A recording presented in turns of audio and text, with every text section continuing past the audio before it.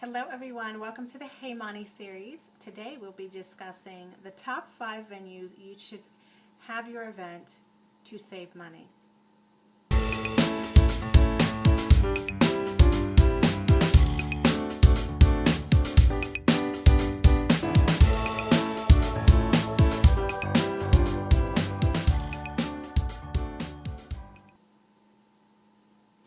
So let's get right into it. So when you're thinking about hosting an event somewhere, you want to make sure that you keep your cost as low as possible. You want to work within a budget to make sure that you can cover all the cost of the event. So from food to speakers to decor and other elements, you want to make sure you keep cost low, especially for a venue. So when thinking about a venue, there's 5 places I suggest you start off with, especially if you are new to hosting workshops or seminars or conferences. You can always start on a small scale and then grow your way up to a bigger scale. So the first place I recommend are recreation centers. And I've personally been on a journey the last few weeks going to different recreation centers, not only because I have a 5-year-old son, but because they have meeting rooms. Ding, ding, ding, yes, they have meeting rooms. And I actually was unaware of this until I went to sign my son up for soccer practice for, the soccer season. And, I just thought maybe, let me just ask, maybe, they have some kind of room. Who knows? Maybe they can rent out their gymnasium. So I checked on it, and the gentleman at the front desk let me know that most recreation centers do have meeting rooms and meeting spaces that are available for rentals, not just for birthday parties, but for meetings as well. And on average, they're about $25 up to $50. This particular recreation center was just a measly $50, which is pretty reasonable. And for them, that's a lot. That leads me into our next venue, which are nonprofits. So this one would require a little bit of research. But you want to look for nonprofits because they are obviously thirsting for any kind of new business they can get.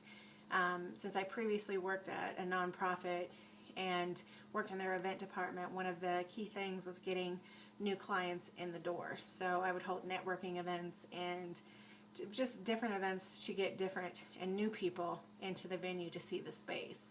So they're always looking for ways to get more income, and events is a good way to do that. Another option for venues would be to go to small meeting rooms and small shared spaces is what we call it here in Denver. There's one locally called Galvanize, which is exceptional, and there's a number of rooms that you can rent from small to large, and you can actually go there to work as well. So if you are trying to get out of the cafe scene or Starbucks and go work in an office environment where you're not going to be disturbed, but you're still in an office environment, these share spaces like Galvanize have meeting rooms and have spaces for you to work. And on average, I've seen those range anywhere from $35 an hour up to $175, depending upon the amount of space you'll need. And they also come equipped, which is very nice, with projector screens, tables, chairs, everything you'll need to host your meeting efficiently. Then you want to think about places like churches. Churches are, some of the most not thought about places to hold an event or a meeting. So you simply have to call and see if you can rent out the space or rent out the room for a few hours, or maybe do an exchange, offer your services or your workshop free to members of the church in exchange for letting you use their room. So different things like that. You want to be creative so that you are keeping your costs down low. I am a believer that if you can get it for free, do it for free first. Make everything else magnificent, and once you start building upon your different workshops and seminars and making them bigger, then you'll be able to afford the higher priced hotels or conference centers that might be better for you in the long run, but not initially. So then another option I would say lastly would be, if you are in a position to use your home, use it. I've seen quite a few consultants and different business owners hold seminars, small seminars, in their home. And I can't say if that would be an option for me or not right now. I'm not sure, because that's, you know, personal space and it's pretty much up to you. But for me, it's not something I would do personally, but you might be in the position to use your home for small seminars. Now, if you want to limit your attendees to friends and family, that's one way to go about doing it and keeping your private space your private space. But if you're opening your home to the public, that's something you may want to consider.